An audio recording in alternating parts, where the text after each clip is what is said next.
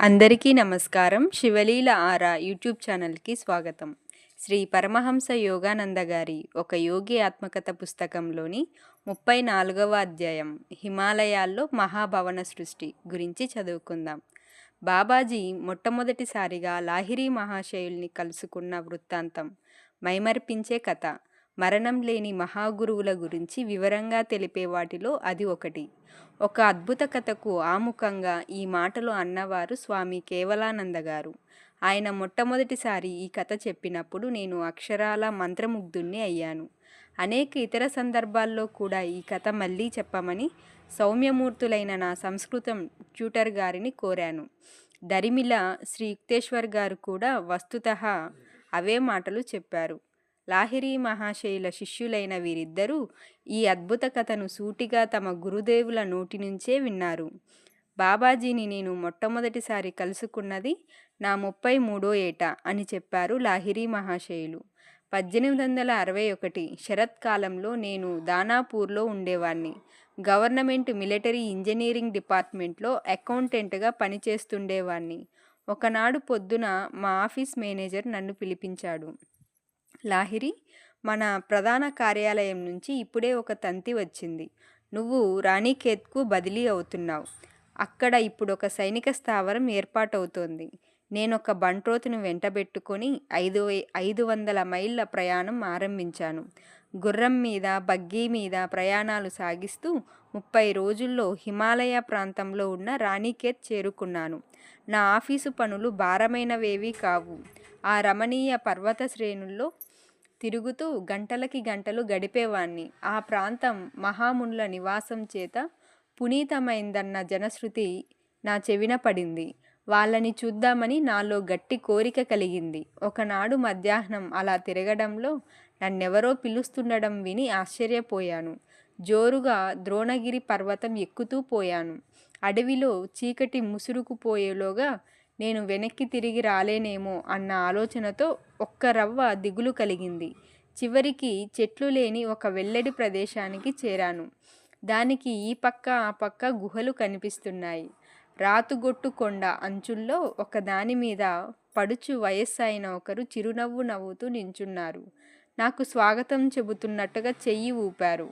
ఆయన రాగిరంగు జుట్టు ఒక్కటి మినహాయిస్తే అచ్చుమచ్చు నా పోలికలోనే ఉండడం చూసి ఆశ్చర్యపోయాను. లాహిరి, వచ్చేసావా అంటూ ఆ సాధువు నన్ను ఆప్యాయంగా హిందీలో పలకరించారు. ఈ గుహలో విశ్రాంతి తీసుకో. నిన్ను పిలిచిన వాణ్ణి నేనే. పరిశుభ్రమైన ఒక చిన్న గుహలోకి ప్రవేశించాను. దాంట్లో చాలా ఉన్ని గొంగళ్ళు, కొన్ని కమండలాలు ఉన్నాయి. లాహిరి, ఈ ఆసనం జ్ఞాపకముందా నీకు అంటూ ఆ యోగి ఒక మూల మడిచిపెట్టి ఉన్న గొంగడి వైపు చూపించారు. లేదండి. నా సాహసయాత్రలో ఎదురవుతున్న వింతకు నేను కొద్దిగా విస్మతుణ్ణి అయ్యి నేనిప్పుడు చీకటి పడేలోగా వెళ్ళిపోవాలండి. పొద్దున ఆఫీసులో నాకు పని ఉంది అన్నాను. ఆ విచిత్ర సాధువు ఇంగ్లీష్లో జవాబిచ్చారు. ఆఫీసును రప్పించింది నీకోసం కానీ నిన్ను ఆఫీస్ కోసం కాదు. ఈ వనవాసి సాధువు ఇంగ్లీష్ మాట్లాడడమే కాకుండా క్రీస్తు మాటల్ని అన్వయించి చెప్పడం విని నేను మూగబోయాను. నా తంతి పనిచేసినట్టు తెలుస్తోంది. ఆ యోగి చేసిన వ్యాఖ్య నాకు అగమ్యంగా ఉంది. దాని అర్థమేమిటని అడిగాను. నేను చెప్పింది నిన్ని నిర్జన ప్రదేశాలకు రప్పించిన టెలిగ్రామ్ సంగతి. నీకు రాణిఖేత్కు బదిలీ కావాలని నీ పై ఆఫీసరు మనస్సుకు నిశ్శబ్దంగా సూచించిన వాణ్ణి నేను. ఎవరైనా మానవజాతితో తన ఏకత్వాన్ని అనుభూతి కావించుకున్నప్పుడు అన్ని మనస్సులు అతనికి ప్రసారణ కేంద్రాలవుతాయి. వాటి ద్వారా అతడు ఇచ్ఛానుసారంగా పనిచేస్తాడు అంటూ ఆయన, లాహిరి, ఈ గుహ నీకు తప్పకుండా తెలిసిందానిలాగే కనిపిస్తుంది కదూ అని అడిగారు.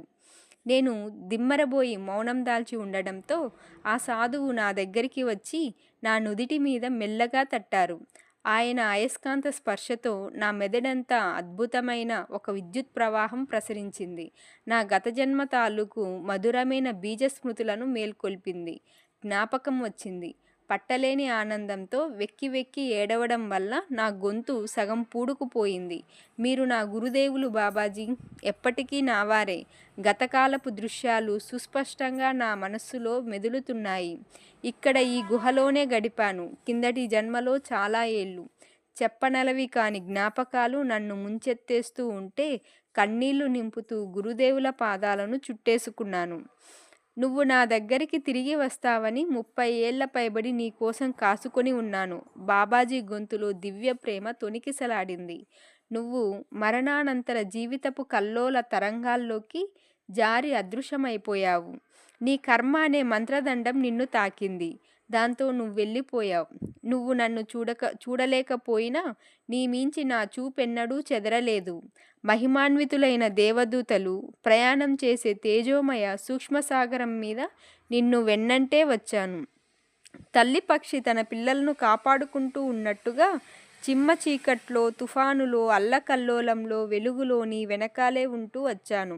మానవోచితమైన మాతృగర్భవాస జీవితం నువ్వు పూర్తి చేసుకొని పసిపాపడుగా భూమి మీద పడ్డప్పటి నుంచి నా కన్నెప్పుడూ నీ మీదే ఉంది. చిన్నతనంలో నువ్వు ఘర్ని ఇసుక దిబ్బల్లో పద్మాసనం వేసు కూర్చొని నీ చిన్నారి ఒంటిని ఇసుకతో కప్పేసుకొని ఉన్నప్పుడు నేను అదృశ్యంగా అక్కడే ఉన్నాను.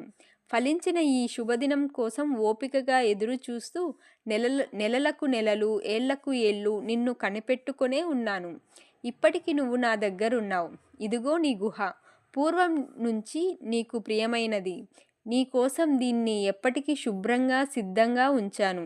పునీతమైన నీ గొంగడి ఆసనం ఇదిగో. విశాలమవుతున్న నీ హృదయాన్ని దైవభక్తితో నింపడం కోసం నువ్వు నిత్యము కూర్చున్నది ఇక్కడే. నేను తయారు చేసి ఇచ్చిన అమృతాన్ని తాగడానికి నువ్వు తరచూ ఉపయోగిస్తూ వచ్చిన గిన్నె ఇదిగో. చూడు, ఈ ఇత్తడి గిన్నె ఎంత తలతల్లాడేలా మెరుగుపెట్టి ఉంచానో. ఎందుకు? ఎప్పుడో ఒకనాడు నువ్వు మళ్ళీ దాంతో తాగుతావని. నాయనా, ఇప్పుడు అర్థమయ్యిందా నీకు? గురుదేవా, ఏం చెప్పగలను నేను అంటూ తడబడుతూ మెల్లగా అన్నాను. ఇటువంటి అమర ప్రేమ గురించి ఎక్కడైనా ఎవ్వరైనా విన్నారా? నా శాశ్వత నిధిని జీవితంలోనూ మరణంలోనూ కూడా నా వారైన గురుదేవుల్ని ఆనంద తన్మయున్నై తదేకంగా చూస్తూ ఉండిపోయాను. లాహిరి, నీకు పరిశుద్ధి అవసరం. ఈ గిన్నెలో ఉన్న నూనె తాగి ఏటి ఒడ్డున పడుకో అన్నారు బాబాజీ. అన్ని సందర్భాల్లో బాబాజీ వ్యవహార జ్ఞానం ముందే ఉంటుంది అనుకున్నాను. పాత జ్ఞాపకాలతో చటుక్కున చిరునవ్వు రాగా ఆయన చెప్పిన ప్రకారం చేశాను. చల్లటి హిమాలయ రాత్రి ముసురుతూ ఉన్నప్పటికీ నాలో హాయి అనిపించే వెచ్చదనం వ్యాపించడం మొదలైంది. నేను ఆశ్చర్యపోయాను. ఏమిటో తెలియని ఆ నూనె పొద్దుపొడుపు వెచ్చదనంతో రంగరించి ఉన్నదా? ఆ చీకట్లో తీవ్రమైన గాలులు చెలరేగి భయంకరంగా సవాలు చేస్తున్నట్టు గర్జిస్తూ చుట్టూ నన్ను కొరడాలతో కొడుతున్నాయి. గగాస్ నదిలోని చల్లని చిట్టి పొట్టి అలలు రాతిగొట్టు ఏటిగట్టున కాళ్ళు చాపి వెల్లకిలా పడుకున్న నా ఒంటి మీదికి వచ్చి పడుతున్నాయి. దగ్గరిలో పులులు గాండ్రిస్తున్నాయి. అయినా నా గుండెలో ఎంతమాత్రం భయం లేదు. నాలో కొత్తగా పుట్టిన ఉజ్వల శక్తి, అభేద్యమైన రక్షణ ఉందని హామీ తెలియజేసింది. చాలా గంటలు వేగంగా గడిచిపోయాయి. వెళ్ళబారిన పూర్వజన్మ స్మృతులు నా గురుదేవులతో ఇప్పుడు కలిగిన ఉజ్వల పునఃసమాగమంతో కలిసి పడుగు పేకల పనివరసగా అల్లుకుపోయాయి. ఏవో అడుగుల చప్పుడు దగ్గరవుతుండగా ఒంటరిగా నేను చేస్తున్న ఆలోచనలకు అంతరాయం కలిగింది. ఆ చీకట్లో ఒక మనిషి నాకు చెయ్యి అందించి నేను లేచి నిలబడ్డానికి సాయపడ్డాడు. తరువాత కొన్ని పొడి బట్టలు ఇచ్చాడు. రా అన్నా, గురుదేవులు నీ కోసం ఎదురు చూస్తున్నారు అన్నాడతను.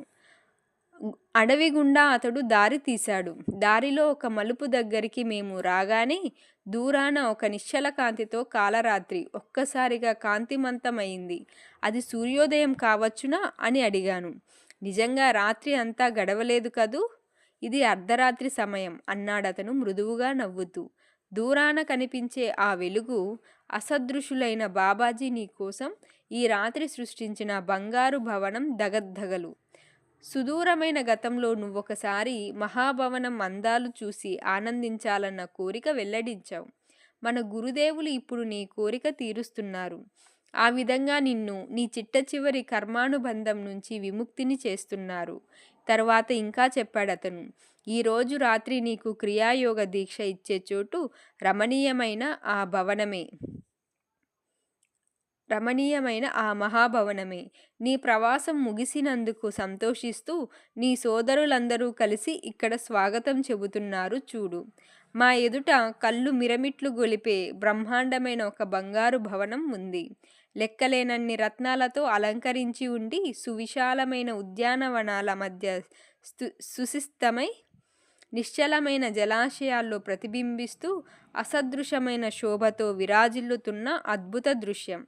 చాలా ఎత్తైన కమానులకు గొప్ప గొప్ప వజ్రాలు, ఇంద్రనీలాలు, పచ్చలు సంకీర్ణ రీతిలో పొదిగి ఉన్నాయి. కెంపులతో ఎర్రబారి వెలుగొందుతున్న ద్వారాల దగ్గర దివ్య తేజస్సు వెదజల్లుతున్న భవ్యమూర్తులు కొలువై ఉన్నారు. నా స్నేహితుడి వెనకాలే విశాలమైన స్వాగత కక్షలోకి ప్రవేశించాను. అగరు ధూపాలు, గులాబీల పరిమళాలు గాలిలో తేలిపోతున్నాయి. మందమందంగా వెలుగుతున్న దీపాలు వన్నెవన్నెల కాంతుల్ని వెదజల్లుతున్నాయి. కొందరు ఎర్రగా, కొందరు నల్లగా ఉన్న భక్తులు చిన్న చిన్న బృందాలుగా కూడి అంతఃశాంతిలో మునిగి మృదుస్వరంతో గానం చేస్తున్నారు. కొందరు నిశ్శబ్దంగా ధ్యానస్థితిలో ఆసీనులై ఉన్నారు. స్పందనశీలమైన ఆనందం వాతావరణమంతటా వ్యాపించింది. నేను ఆశ్చర్యపడుతూ ఉండగా నాకు దారి చూపిస్తున్న అతను సానుభూతితో చిరునవ్వు నవ్వుతూ ఇలా అన్నాడు. నీ కళ్ళకు పండుగగా ఈ భవనం కళావైభవాన్ని చూసి ఆనందించు. కేవలం నీ గౌరవార్థమే దీన్ని సృష్టించడం జరిగింది కనుక. అన్నా, ఈ భవన సౌందర్యం మానవ ఊహకు అతీతమైంది. దీని మూలంలో ఉన్న మర్మమేమిటో దయచేసి వివరంగా చెప్పు. సంతోషంగా చెప్తాను. నా సహచరుడి నల్లటి కళ్ళు జ్ఞానంతో మెరిశాయి. ఈ భవన సృష్టి విషయంలో వివరించడానికి వీలు కానిది ఏమీ లేదు. బ్రహ్మాండం యావత్తు సృష్టికర్త ప్రక్షేపించిన భావనే. రోదసీలో తేలియాడుతున్న భూమి అనే ఈ బరువైన పిండం ఒక దేవుడి కళ. మానవుడు తన స్వప్నచేతనలో సకల జీవ సమన్వితమైన సృష్టికి పునఃకల్పన చేసి ప్రాణం పోసినట్టుగానే దేవుడు తన మనస్సులోంచే సర్వవస్తు సముదాయాన్ని సృష్టిస్తాడు. ఈశ్వరుడు మొదట ఈ భూమిని ఒక భావంగా రూపొందించాడు. తరువాత దానికి జీవం ఇచ్చాడు. పరమాణు శక్తి, ఆ తర్వాత పదార్థము పుట్టాయి. భూ సంబంధమైన అణువుల్ని సమన్వయపరిచి ఘనగోళాకృతిగా రూపొందించాడు. దాని అణువులన్నీ దేవుడి సంకల్పం చేతనే దగ్గరగా కూడి ఉన్నాయి. ఆయన తన సంకల్పాన్ని ఉపసంహరించుకున్నప్పుడు భూమి అణువులన్నీ శక్తిగా పరివర్తన చెందుతాయి. అణుశక్తి తనకు మూలకందమైన చైతన్యంలోకి తిరిగి వెళ్ళిపోతుంది. భూభావం స్థూలత్వంలోంచి అదృశ్యమవుతుంది. కలగనేవాడి అవచేతనాపరమైన ఆలోచన అతని స్వప్న వస్తువును రూపొందిస్తుంది. మెలకువలో ఆ సంయోజక ఆలోచన ఉపసంహారమైనప్పుడు ఆ స్వప్నము, దాని మూలకాలు కూడా లయమైపోతాయి. మనిషి కళ్ళు మూసుకొని ఒక స్వప్న జగత్తును సృష్టిస్తాడు. మేలుకోగానే అప్రయత్నంగానే దాన్ని కరిగించేస్తాడు. ఇందులో అతను దేవుడి మౌలికాదర్శాన్ని అనుసరిస్తాడు. అదేవిధంగా అతను విశ్వచైతన్య జాగృతి పొందినప్పుడు బ్రహ్మాండ స్వరూపమైన విశ్వభ్రాంతిని కూడా అప్రయత్నంగానే కరిగించేస్తాడు. సర్వార్థ సాధకమైన అనంత సంకల్పంతో అనుసంధానం పొంది బాబాజీ మూలక అణువుల్ని సుసంయుక్తమైన ఏ రూపంలోనైనా సాక్షాత్కరించవలసిందిగా ఆదేశించగలరు. క్షణమాత్రంలో నెలకొల్పిన ఈ బంగారు భవనం, ఈ భూమి ఎంత వాస్తవమైనదో అంత వాస్తవమైనది. బాబాజీ ఈ సుందర సౌధాన్ని తన మనస్సులోంచి సృష్టించారు. దాని పరమాణువుల్ని తమ సంకల్ప శక్తి చేత సుసంఘటితంగా నిలిపి ఉంచుతున్నారు. దేవుడి ఆలోచన ఈ భూమిని సృష్టించినట్టు, ఆయన సంకల్పం దీన్ని నిలిపి ఉంచుతున్నట్టుగానే ఈ భవనం ప్రయోజనం తీరిపోగానే బాబాజీ దీన్ని అదృశ్యం చేసేస్తారు అని చెప్పాడు. ఆశ్చర్యంతో నేను అవాక్కునై ఉండగా నాకు దారి చూపిస్తున్నాయన ఆ భవనం వైపు చెయ్యి చాపి చూపిస్తూ ఇలా అన్నాడు. అమూల్య రత్నాలతో అద్భుతంగా అలంకృతమై దగద్దగాయమానంగా ఉన్న ఈ రాజసౌధం మానవ ప్రయత్నంతో నిర్మించింది కాదు. దాని బంగారము, రత్నాలు కష్టపడి గనిలోంచి తవ్వినవేమీ కాదు. ఇది మానవుడికి ఒక గొప్ప సవాలుగా ఘనరూపంలో దృఢంగా నిలిచి ఉంది.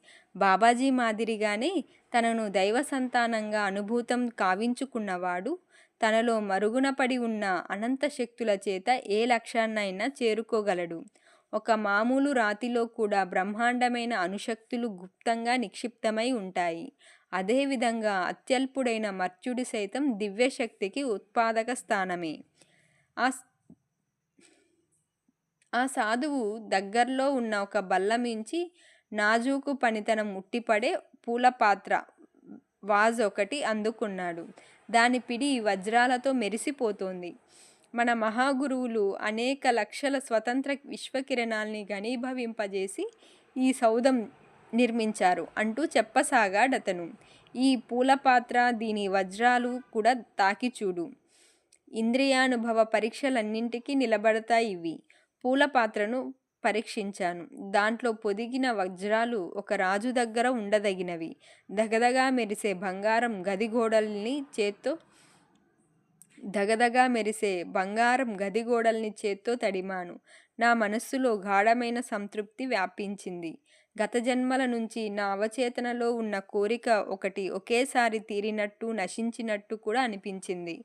మహాప్రాసాదంలోకి దారి తీసిన ఈ మిత్రుడు అలంకారాలతో శోభిస్తున్న కమానుల గుండా, నడవల గుండా కొన్ని గదుల్లోకి నన్ను నడిపించాడు. ఒక చక్రవర్తి ప్రాసాదంలో ఉండే రీతిగా గొప్ప ఉపకరణాలు అమర్చి ఉన్నాయి ఆ గదులు. మేమొక విశాలమైన హాలులోకి ప్రవేశించాం. దాని మధ్యలో ఒక సింహాసనం ఉంది. దానికి ఉజ్వల వర్ణమేళనంతో దీప్తులు విరజిమ్మే రత్నాలు పొదిగి ఉన్నాయి. అక్కడ పద్మాసనంలో ఆసీనులై ఉన్నారు మహామహులు బాబాజీ. నిగనిగలాడుతున్న నేల మీద ఆయన పాదాల ముందు మోకరిల్లాను. లాహిరి, నువ్వింకా బంగారు భవనం కోసం కన్నా కలల కోరికలతోనే ఆనందిస్తున్నావా? నా గురుదేవుల కళ్ళు వారి నీలమణుల్లాగానే నిగనిగలాడుతున్నాయి. మేలుకో, నీ లౌకిక తృష్ణలన్నీ శాశ్వతంగా తీరబోతున్నాయి. గూఢమైన ఆశీర్వచనాలు అస్పష్టంగా పలికారు. నాయనా, లే. క్రియాయోగం ద్వారా దైవరాజ్యంలోకి ప్రవేశించడానికి దీక్ష తీసుకో. బాబాజీ చెయ్యి చాపారు. ఒక హోమాగ్ని కుండం వెలిసింది. దాని చుట్టూ పండ్లు, పూలు అమిరి ఉన్నాయి. జాజ్వల్యమానమైన ఈ అగ్నివేదిక ముందు మోక్షకారకమైన యోగ ప్రక్రియా దీక్ష స్వీకరించాను. బ్రహ్మముహూర్తంలో క్రతువు పూర్తి అయింది. ఆనంద తన్మయావస్థలో నాకు నిద్ర అవసరమనే అనిపించలేదు. అమూల్య నిధులతో, అద్భుత కళాఖండాలతో నిండి ఉన్న మహాసౌధంలోని గదులన్నింటిలోనూ తిరిగి తరువాత ఉద్యానవనాల్ని సందర్శించాను. దగ్గరిలో నిన్నటి రోజున నేను చూసిన గుహల్ని, రాతిగొట్టు కొండ అంచుల్ని గమనించాను. కానీ అప్పుడవి ఒక మహాసౌధాన్ని, పూల తోటల్ని ఆనుకొని లేవు. చల్లటి హిమాలయ సూర్యరశ్మిలో అద్భుతంగా మెరిసిపోతున్న ప్రాసాదంలో మళ్ళీ అడుగుపెట్టి నా గురుదేవుల సన్నిధికి చేరాను. ఆయన ఇంకా సింహాసనం మీద ఉపనిష్ఠులై ప్రశాంత శిష్యగణం చేత పరివేష్టితులై ఉన్నారు. లాహిరి, నీకు ఆకలి వేస్తోంది అంటూ బాబాజీ కళ్ళు మూసుకో అన్నారు.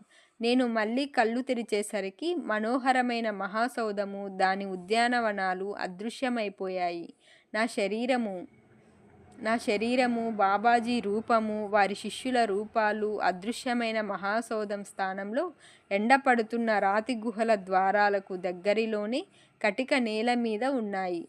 బంగారు భవనం మాయమైపోతుందని, దాంట్లో బందీలై ఉన్న పరమాణువులు విడుదలయ్యి తాము ఉద్భవించడానికి మూలకందమైన ఆలోచనాసార రూపంలో లయమవుతాయని నన్నిక్కడికి తీసుకువచ్చిన ఆయన చెప్పిన సంగతి గుర్తు చేసుకున్నాను.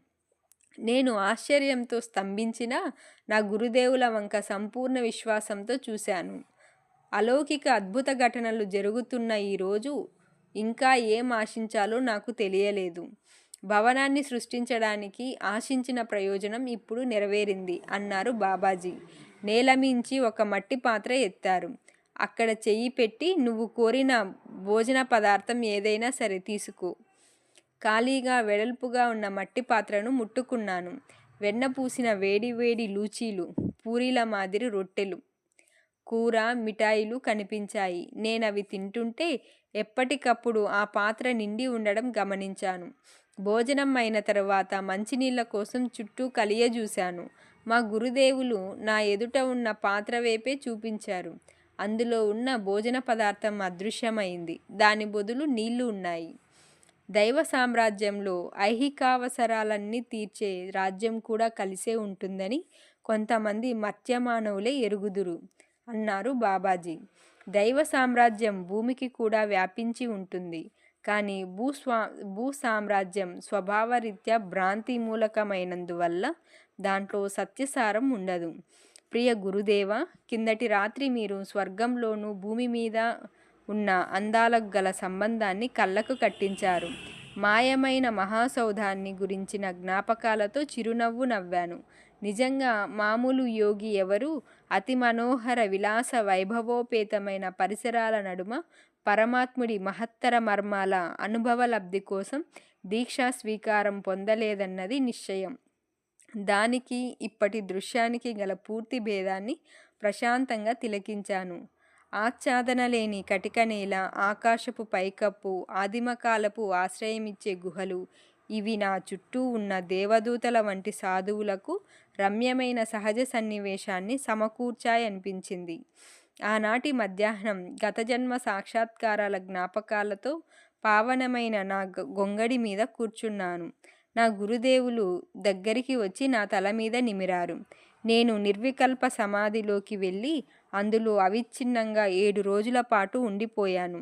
ఆత్మజ్ఞాన స్తరాల్లో ఒకదాని తర్వాత ఒకటి దాటుతూ సత్యస్వరూపిడి అమరసీమల్లోకి చొచ్చుకుంటూ పోయాను. మాయావరణాలన్నీ తొలగిపోయాయి. నా ఆత్మ విశ్వాత్ముడి వేదిక మీద సంపూర్ణంగా స్థిరపడింది. 8వ నాడు నేను నా గురుదేవుల పాదాల మీద పడి నన్ను ఎప్పటికీ తమ దగ్గరగానే తమ పవిత్ర వనభూమిలోనే ఉండనిమ్మని వేడుకొన్నాను. నాయనా, ఈ జన్మలో నీ పాత్ర జనబాహుల్యం కళ్ళ ఎదుట నిర్వహించాలి. ఈ జన్మకు పూర్వం అనేక జన్మల్లో నువ్వు ఏకాంత ధ్యాన సాధన భాగ్యం పొందావు. ఇప్పుడు మానవ ప్రపంచంలో కలిసి మసలాలి అన్నారు బాబాజీ నన్ను ఆలింగనం చేసుకుంటూ. నువ్వు వివాహితుడవయ్యి సామాన్య కుటుంబంతో ఉద్యోగ బాధ్యతలతో ఉండేదాకా ఈసారి నువ్వు నన్ను కలుసుకోకపోవడం గంభీరమైన కలుసుకోకపోవడంలో గంభీరమైన ప్రయోజనం ఒకటి మరుగుపడి ఉంది. హిమాలయాల్లో మా రహస్య బృందంలో చేరాలన్న ఆలోచనలు నువ్వు పక్కకి పెట్టాలి. నీ జీవితం ఆదర్శ గృహస్థ యోగికి నిదర్శనంగా సేవ చేస్తూ నగర జనసమూహాల మధ్య గడవాలి.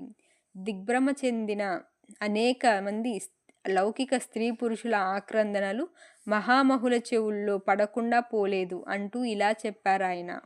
మనఃపూర్వకంగా ఆపేక్షించే అసంఖ్యాకులకు క్రియాయోగం ద్వారా ఆధ్యాత్మిక ఉపశమనం కలిగించడానికి నువ్వు ఎంపిక అయ్యావు. సంసార బంధాలతో భారమైన లౌకిక విధులతో చిక్కులు పడుతున్న లక్షలాది జనం తమలాగే సంసారివైన నీ నుంచి కొత్త ఆశ పొందుతారు.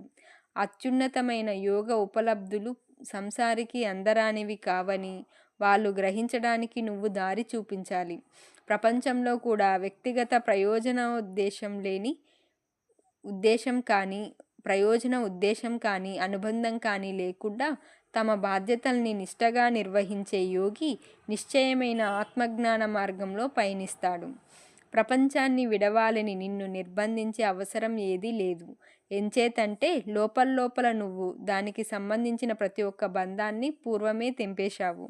నీ కుటుంబానికి, ఉద్యోగానికి, పౌర జీవనానికి, ఆధ్యాత్మిక జీవనానికి సంబంధించిన విధుల్ని నువ్వు అంతఃకరణ శుద్ధితో నిర్వర్తించడానికి ఇంకా చాలా సంవత్సరాలు మిగిలి ఉన్నాయి. దైవపరమైన ఆశ అనే మధురమైన కొత్త ఊపిరి సంసారుల శుష్క హృదయాల్లోకి చొరబడుతుంది. నీ సంతులిత జీవనం నుంచి వాళ్ళు మోక్షమన్నది అంతఃసన్యాసం మీదే కానీ బాహ్య సన్యాసం మీద ఆధారపడ్డది కాదని అర్థం చేసుకుంటారు. ఉన్నతమైన ఆ హిమాలయ ఏకాంత ప్రదేశాల్లో మా గురుదేవుల వాక్కులు వింటూ ఉంటే నా కుటుంబము, ఆఫీసు, ప్రపంచము ఎంత దూరమో అనిపించింది. అయినా ఆయన వాక్కుల్లో కఠోర సత్యం ధ్వనించింది. పావనమైన ఈ శాంతిధామాన్ని విడిచి వెళ్ళడానికి అణకువగా అంగీకరించాను.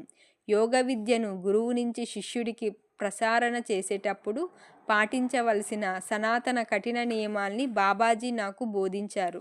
యోగ్యులైన శిష్యులకు మాత్రమే క్రియాశీలకం ప్రసాదించు అన్నారు బాబాజీ.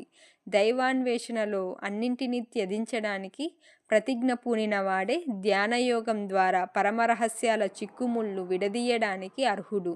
గురుదేవా, మరుగుపడిన క్రియాప్రక్రియని పునరుద్ధరించి మీరు మానవజాతికి మహోపకారం చేసినట్టే శిష్యరికానికి కావలసిన కఠిన నియమాల్ని సడలించి ఆ లాభాన్ని పెంచరు అని విన్నవించుకుంటూ బాబాజీ కేసి చూశాను. చిత్తశుద్ధి గల అన్వేషకులందరూ మొదట్లోనే సంపూర్ణ అంతఃసన్యాసానికి ప్రతిజ్ఞ పూనలేకపోయినప్పటికీ వారందరికీ కూడా క్రియాయోగం అందించడానికి నన్ను అనుమతించవలసిందిగా ప్రార్థిస్తున్నాను. ప్రపంచంలో 3 విధాలైన క్లేశాలకి గురి అయ్యే పీడిత స్త్రీ పురుషులకు ప్రత్యేకమైన ప్రోత్సాహం అవసరం. వాళ్ళకి క్రియాయోగ దీక్ష అందకుండా చేసినట్లయితే వాళ్ళెప్పటికీ ముక్తి మార్గమే తొక్కకపోవచ్చు. అలాగే కానీ ఈశ్వరేచ్ఛ నీ ద్వారా వ్యక్తమైంది. వినయంగా నిన్ను సహాయం అడిగే వాళ్ళందరికీ క్రియాయోగ దీక్ష ఇయ్యి అని జవాబిచ్చారు దయామయులైన గురుదేవులు. కొద్దిసేపు మౌనం దాల్చిన అనంతరం బాబాజీ ఇంకా చెప్పారు. స్వల్పమప్యస్య ధర్మస్య త్రాయతే మహతో భయాత్ అని భగవద్గీతలో ఇచ్చిన గొప్ప హామీని నీ శిష్యుల్లో ప్రతి ఒక్కరికి వినిపించు.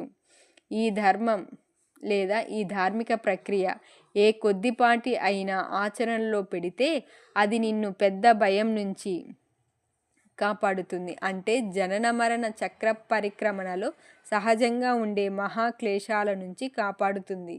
మర్నాడు ఉదయం నేను వీడుకోలు దీవెన కోసం గురుదేవుల పాదాల దగ్గర మోకరిల్లినప్పుడు ఆయన్ని విడిచి వెళ్ళాలంటే నాలో ఎంత గాఢమైన అయిష్టత ఉందో ఆయన పసిగట్టారు. మనకి ఎడబాటు లేదు నాయనా అంటూ ఆప్యాయంగా నా భుజం నిమిరారు. నువ్వు ఎక్కడున్నా నన్నెప్పుడు పిలిచినా తక్షణం నీ దగ్గర ఉంటాను అన్నారు. ఆయన చేసిన అద్భుతమైన ఈ వాగ్దానం వల్ల ఊరట చెంది కొత్తగా పొందిన దివ్యజ్ఞాన స్వర్ణంతో సంపన్నుణ్ణి అయ్యి కొండ దిగుదల దారి పట్టాను. ఆఫీసులో నా తోటి ఉద్యోగులు నాకు మనసారా స్వాగతం పలికారు. 10 రోజులుగా వాళ్ళు ఆ హిమాలయ అరణ్యాల్లో నేను దారి తప్పిపోయాననే భావించారు. త్వరలో మా ప్రధాన కార్యాలయం నుంచి ఉత్తరం వచ్చింది. లాహిరి దానాపూర్ ఆఫీస్కు తిరిగి రావాలి అని ఉంది. రాణికేత్కు అతని బదిలీ పొరపాటున జరిగింది. రాణికేత్ విధులని చేపట్టడానికి మరో వ్యక్తిని పంపి ఉండవలసింది. భారతదేశంలో ఈ బహుదూర స్థలానికి నన్ను రప్పించడానికి దారితీసిన సంఘటనల పరస్పర వ్యతిరేక దిశాభిముఖమైన గుప్త ప్రవాహాల్ని తలుచుకుంటూ చిరునవ్వు నవ్వుకున్నాను. దానాపూర్కి తిరిగి వచ్చే ముందు మురాదాబాద్లో ఉన్న ఒక బెంగాలీ కుటుంబంతో కొన్నాళ్ళు గడిపాను. అక్కడ నన్ను కలుసుకోవడానికి 6 వచ్చారు. ఆధ్యాత్మిక విషయాల మీదకి నేను సంభాషణ మళ్లించేసరికి నాకు ఆతిథ్యమిచ్చిన ఆయన నిరాశగా ఇలా అన్నారు. ఈ రోజుల్లో ఇండియాలో సాధువులే కరువయ్యారు. దానికి నేను, బాబు, ఈ గడ్డ మీద ఇప్పటికీ ఉన్నారు మహామహులు అంటూ ఆక్షేపణ తెలిపాను. ఉత్సాహం పెళ్ళుబకడం వల్ల హిమాలయాల్లో నా అలౌకిక అద్భుత అనుభవాల్ని వాళ్ళకి చెప్పాలన్న ఊపు వచ్చింది నాకు. ఆ మిత్ర బృందం మర్యాదగానే అపనమ్మకం తెలియబరిచింది. వాళ్ళలో ఒకరు ఊరడింపుగా ఇలా అన్నారు. లాహిరి గారు, పలచబడ్డ ఆ కొండగాలుల్లో మీ మనస్సు ప్రయాసకు గురి అయింది. మీరిప్పుడు చెప్పింది ఏదో పగటి కల. సత్యనిష్టమైన ఉత్సాహంతో ఊగిపోయి ఉచితమైన ఆలోచన కొరవడి మాట్లాడాను. నేను కనుక పిలిచినట్లయితే నా గురుదేవులు ఇక్కడ ఈ ఇంట్లోనే దర్శనమిస్తారు. ప్రతి ఒక్కరి కళ్ళలోనూ ఆసక్తి మిలమిల్లాడింది. అటువంటి అద్భుతం చూడాలన్న ఉత్సుకత వాళ్ళలో కలగడంలో విడ్డూరం లేదు. కొంత మట్టుకు అయిష్టంగానే నేను ప్రశాంతమైన ఒక గది, 2 కొత్త ఉన్ని గొంగళ్ళు కావాలని అడిగాను. గురుదేవులు ఆకాశంలోంచి భౌతిక రూపం ధరిస్తారు అన్నాను. తలుపవతల నిశ్శబ్దంగా ఉండండి, కాసేపట్లో పిలుస్తా మిమ్మల్ని. మా గురుదేవుల్ని సవినయంగా ఆవాహన చేస్తూ ధ్యాన స్థితిలో మునిగిపోయాను. చీకటి చేసిన గది ప్రశాంతి కలిగించే పలచని వెలుతురుతో నిండిపోయింది. దాంట్లోంచి తేజోవంతమైన బాబాజీ ఆకృతి క్రమంగా వెలువడింది. లాహిరి, ఇంత స్వల్ప విషయం కోసం పిలుస్తావా నన్ను? గురుదేవుల చూపు కఠినంగా ఉంది. సత్యమన్నది హృదయపూర్వకంగా అన్వేషించే వాళ్ళ కోసం, వ్యర్థమైన కుతూహలం గల వాళ్ళ కోసం కాదు. ఎవరైనా చూసినప్పుడు నమ్మడం సులువే, అప్పుడిక కాదనడానికి ఏమీ ఉండదు. అతీంద్రియ సత్యాన్ని అనుభూతం చేసుకోవడానికి యోగ్యులు, దాన్ని ఆవిష్కరించే వాళ్ళు స్వాభావిక భౌతికవాద పరమైన సంశయశీలతను జయించిన వాళ్ళే. ఆ తర్వాత ఆయన గంభీరంగా నన్ను వెళ్ళనియ్యి అన్నారు. నేను బతిమాలుకుంటూ ఆయన పాదాల మీద పడ్డాను. పూజ్య గురుదేవా, ఘోరమైన నా తప్పు తెలుసుకున్నాను. సవినయంగా మీ క్షమాపణ కోరుతున్నాను. నేను మిమ్మల్ని పిలవడానికి సాహసించింది ఆధ్యాత్మికంగా గుడ్డివాళ్ళైన వీళ్ళ మనసుల్లో విశ్వాసం కలిగించడానికి. నా ప్రార్థన మన్నించి మీరు ఎలాగూ ప్రత్యక్షమయ్యారు కనుక దయచేసి నా స్నేహితులకు ఆశీస్సులు ప్రసాదించకుండా మాత్రం వెళ్ళకండి. వాళ్ళు అవిశ్వాసులే అయినప్పటికీ చిత్రమైన నా ప్రతిజ్ఞావాక్యంలోని సత్యాన్ని శోధించడానికైనా కనీసం సుముఖంగా ఉన్నారు. సరే, కొంచెం సేపు ఉంటాను. స్నేహితుల ముందు నీ మాట పోవడం నాకు ఇష్టం లేదు అన్నారు బాబాజీ. ఆయన ముఖం శాంతపడింది. కానీ మృదువుగా ఇలా అన్నారు. నాయనా, ఇక నుంచి నేను నీకు అవసరమైనప్పుడే వస్తాను. నువ్వు పిలిచినప్పుడల్లా మాత్రం రాను. నేను తలుపు తెరిచినప్పుడు మిత్రబృందంలో గంభీరమైన నిశ్శబ్దం ఆవరించింది. తమ కళ్ళని తామే నమ్మలేక నా మిత్రులు గొంగడి ఆసనం మీద ఉన్న తేజోవంతమైన స్వరూపాన్ని తేరిపారా చూశారు. ఇది సామూహిక సమ్మోహనం అంటూ అట్టహాసంగా నవ్వాడొకతను. మాకు తెలియకుండా ఈ గదిలోకి ఎవరూ ప్రవేశించడం అసంభవం. బాబాజీ చిరునవ్వు చిందిస్తూ ముందుకు వచ్చి తమ శరీరంలోని వెచ్చని గట్టి మాంసాన్ని ముట్టుకుని చూడమని ప్రతి ఒక్కరి దగ్గరికి వెళ్ళారు. సందేహాలు పటాపంచలైపోయి మా స్నేహితులు దిగ్భ్రమతో కూడిన పశ్చాత్తాపంతో నేల మీద పడి సాష్టాంగ ప్రణామం చేశారు. హల్వా తయారు చేయించండి. తమ భౌతిక వాస్తవికత విషయమై అక్కడి వాళ్ళకి మరింత నమ్మకం కలిగించడం కోసం బాబాజీ ఈ కోరిక కోరారని నాకు తెలుసు. పాయసం ఉడుకుతూ ఉండగా దివ్య గురువులు చనువుగా మాట్లాడారు. సంశయాలువైన ఈ తామస్లు భక్త శిఖామణులైన సెయింట్ పాళ్ళ మాదిరిగా మారిపోవడం గొప్పగా జరిగింది. మేము హల్వా తిన్న తర్వాత బాబాజీ ఒక్కొక్కరినే ఆశీర్వదించారు. హఠాత్తుగా ఒక మెరుపు మెరిసింది. బాబాజీ దేహం తాలూకు రుణ విద్యుదను మూలకాలు తక్షణమే రసాయన విఘటనం చెంది విస్తరించే బాష్పమయ కాంతిలా మారిపోవడం మేము కల్లారా చూశాం. దైవానుసంధానం పొందిన గురుదేవుల సంకల్ప శక్తి ఆయన శరీరంగా సంఘటితమై ఉన్న ఈథర్ పరమాణువుల మీద తనకున్న పట్టు సడలించింది. వెంటనే కోట్లాదిగా ఉన్న చిన్న ప్రాణకణిక విస్ఫులింగాలు అనంత ప్రాణాశయంలోకి అంతర్హితమయ్యాయి. మృత్యుంజయుల్ని నా కళ్ళతో నేను చూశాను. వాళ్ళలో మైత్ర అనే ఆయన పూజ్యభావంతో అన్నాడు. కొత్త జాగృతి కలిగించిన ఆనందంతో ఆయన ముఖబింబమే మారిపోయింది. చిన్నపిల్లవాడు నీటి బుడగలతో ఆడుకున్నట్టే పరమగురుదేవులు దేశకాలాలతో ఆట ఆడుకున్నారు. స్వర్గ భూలోకాల కీలకాలు చేతనున్న వ్యక్తిని చూశాను. త్వరలోనే దానాపూర్ తిరిగి వచ్చాను. ఆత్మతత్వంలో దృఢంగా నిలదొక్కుని ఉండి గృహస్థ సంబంధమైన రకరకాల సంసార బాధ్యతలు, ఉద్యోగ బాధ్యతలు మళ్ళీ చేపట్టాను అంటూ ముగించారు లాహిరి మహాశయులు. బాబాజీతో జరిగిన మరో సమాగమానికి సంబంధించిన కథ కూడా లాహిరి మహాశయులు స్వామి కేవలానంద గారికి, శ్రీ యుక్తేశ్వర్ గారికి చెప్పారు. ఆ సందర్భం నేను నీకు అవసరమైనప్పుడల్లా వస్తాను అన్న వాగ్దానాన్ని పరమ గురుదేవులు నెరవేర్చిన అనేక సందర్భాల్లో ఒకటి. అలహాబాదులో కుంభమేళా జరుగుతున్న సన్నివేశం అది అని చెప్పారు లాహిరి మహాశయులు తమ శిష్యులకు. ఆఫీసు పనుల నుంచి కొంచెం వెసులుబాటు దొరికినప్పుడు అక్కడికి వెళ్ళాను.